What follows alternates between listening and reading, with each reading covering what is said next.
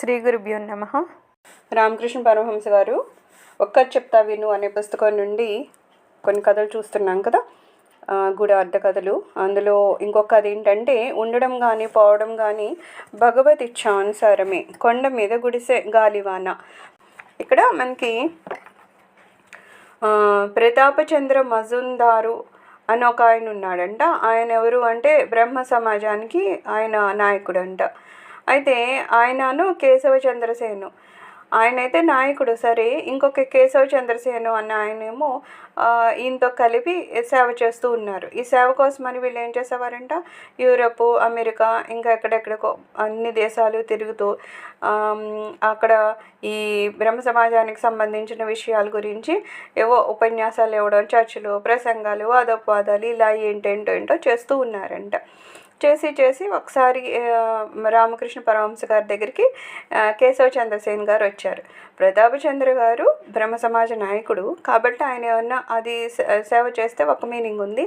కేశవ చంద్రసేను కూడా ఇవన్నీ చేస్తున్నారు కదా. చేస్తుంటే అప్పుడు రామకృష్ణ పరమహంస గారు అడిగారంట, ఇవన్నీ ఏదో చేస్తున్నావు కదా, చర్చలు, ప్రసంగాలు అంటావు, ఏంటేంటో వాదోపవాదాలు చేస్తున్నావు, వేరే వేరే దేశాలు తిరుగుతున్నావు, ఇవన్నీ చేస్తుంటే నీకు ఏమన్నా సంతృప్తి కలుగుతుందా? ఇలా కాకుండా నీ మనసుని దేవుడి మీద కేంద్రీకరిస్తే నీకు ఇంకా సంతృప్తిగా ఉంటుంది కదా, ఎందుకు అలా చేయడం లేదు అని అడిగితే ఆయన ఏం చెప్పాడంట, స్వామి నేనేమి నా కోసం చేయడం లేదు. ఒక్క నిమిషం ప్రతాపుడు ఓకే, ఇక్కడ ప్రతాపచంద్ర గారు వచ్చారు. అప్పుడు ఆయన ఏం చెప్పారట, నేను కేశవ చంద్రసేను పేరు నిలబెట్టడం కోసమని, అతనికి సహాయం చేయడం కోసమని ఇవన్నీ చేస్తున్నాను స్వామి అని చెప్పాడట. చెప్తే అప్పుడు రామకృష్ణ పరమహంస ఏమన్నారంటే, ఏదో వేరే వాళ్ళ కోసమని నేను కష్టపడుతున్నాను, నేను సేవ చేస్తున్నాను, నేను వాదోపవాదాలు చేస్తున్నాను అని చెప్తే ఇక్కడ ఎలా ఉంటుంది అనేది ఒక కథ రూపంలో రామకృష్ణ పరమహంస గారు చెప్తున్నారు. ఎలా అంట, ఒక అతను ఉన్నాడంట. అతను మామూలుగా ఇల్లు కొండ మీద కట్టుకున్నాడంట. అది కూడా దేంతో, మట్టితో కట్టినప్పుడు మరి సహజంగా కొండ మీద అంటే ఏదైనా ఉధృతం ఎక్కువే ఉంటుంది కదా, గాలి అవని వాన అవని ఏదైనా సరే. అయితే ఈ అబ్బాయి కట్టినప్పుడు కట్టేశాడు. ఆ తర్వాత చూస్తే ఏదో వానాకాలం వచ్చింది, వర్షాలు వస్తున్నాయి, పెద్ద తుఫాను, గాలి వాన అంతా ఉంది, ఎక్కువ వస్తుంటే ఇతనికి అర్థం కాలేదు. అయ్యో గుడిసె ఏమైపోతుందో అని, ఎలా రక్షించుకోవాలా అని. ముందేమనుకున్నాడు, వాయుదేవుడు కదా, ఇంత పెద్ద గాలిని ఇస్తున్నారు, ఆ స్వామిని కనుక మనం ప్రార్థిస్తే ఆయన ఏమన్నా ఈ గాలిని ఆపుతారేమోనని, వాయుదేవ రక్షించండి, ఇంటిని పడగొట్టద్దు అని ప్రార్థించాడంట. ఆయన ఏం వినలేదు, ఆ గాలి అలానే వెళ్తోంది. సరే ఇది కాదు, ఇంకేం చేద్దాం అనుకుని వాయుదేవ, నీ కుమారుడు ఉన్నాడు కదా హనుమంతుడు, ఆ హనుమంతుని ఇల్లు ఇది, అందుకని మీరేమి ఈ ఇల్లును పడగొట్టకండి అని చెప్తున్నాడు. అయినా సరే వాయుదేవుడికి ఏం పట్టలేదు, ఆ గాలి అలాగే వీస్తోంది. ఇంకా ఆలోచించాడు, హనుమంతుడి ఇల్లు అన్నా సరే ఇతను వినడం లేదు, ఇంకేం చేద్దామని ఆ హనుమంతుడు ఎవరు భక్తుడు, శ్రీరామ భక్తుడు. అయితే శ్రీరాముడికి అంత గమ్మున కోపం రాదు, కానీ రాముడు తమ్ముడు ఉన్నారు కదా లక్ష్మణ్ స్వామి, ఆయనకు చాలా కోపం వస్తుంది.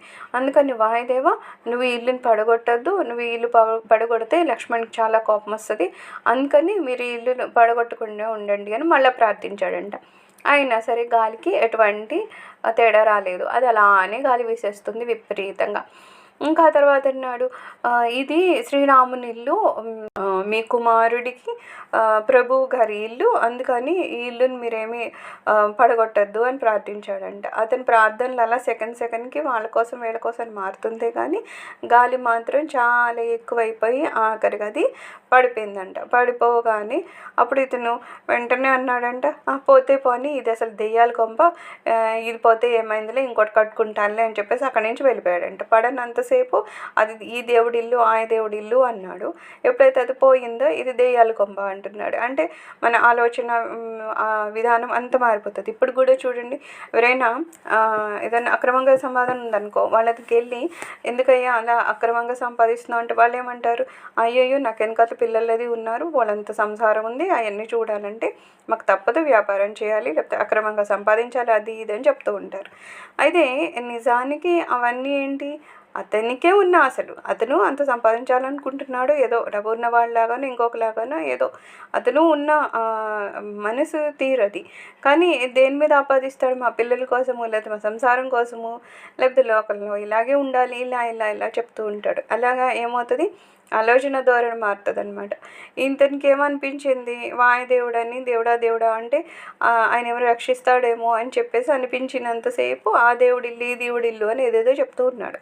ఎప్పుడైతే అది కూలిపడిపోయిందో వెంటనే అబ్బాయి ఇది దెయ్యాలు ఇల్లు అంటున్నాడు. అంటే మన మనసు యొక్క విధానం అంత గమ్మున మారిపోతూ ఉంటుందన్నమాట. అందుకని ఇక్కడ ఎలా అయితే ఎప్పుడైతే ఈ ప్రతాప్ చంద్ర వచ్చారో బ్రహ్మ సమాజ నాయకుడు రామకృష్ణ పరమహంస దగ్గరికి ఆయన అడుగుతున్నారనమాట. ఎందుకయ్యా నువ్వు ఇన్ని సేవలని అయ్యి ఊర్లు తిరుగుతున్నావు, ఇన్ని వాదోపాదాలు చేస్తున్నావు, ఎక్కడన్నా నీకేమన్నా సంతృప్తి కలుగుతోందా? అవన్నీ వదిలేసి శుభ్రంగా భగవంతుని పాదాలు పట్టుకోవచ్చు కదా, అక్కడ ధ్యానం చేసుకొని ప్రశాంతత పొందొచ్చు కదా అంటే ఇతను ఏమంటున్నాడు? స్వామి నా కోసం చేయడం లేదు, కేశవచంద్ర ఉన్నాడు కదా ఆయన పేరు కోసం, ఆయన నిలబెట్టడం కోసం అని చెప్పి నేను ఇవన్నీ చేస్తున్నాను అంటే నిజానికి ఎవరినో నిలబెట్టడం కోసమే ఇతను చేస్తూ ఉంటాడా? ఇతనికి కూడా పేరు వస్తుంది కాబట్టి చేస్తూ ఉంటాడు. కీర్తి అనేది ఒక ఆశ, దాంతోపాటు ఏమన్నా ధన సంపద అనేది ఉంటే అదొక ఆశ. ఇలాగా వేరే వేరే ఎవరి పేర్లు చెప్పినా సరే ఆఖరికి నిజానికి మనం ఇది ఏమి చేస్తామంటే మనకి ఉన్న ఇష్టం వల్లనే మనం చేస్తాం. పేర్లు మాత్రం వేరే వాళ్ళకి పెడుతూ ఉంటాం అనమాట.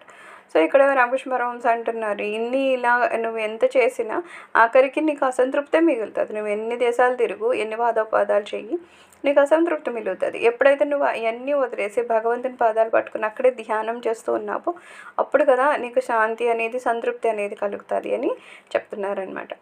సర్వం శ్రీ గురు చరణారవిందార్పణమస్తు. లోకా సమస్తా సుఖినో భవంతు. ఓం శాంతి శాంతి శాంతి.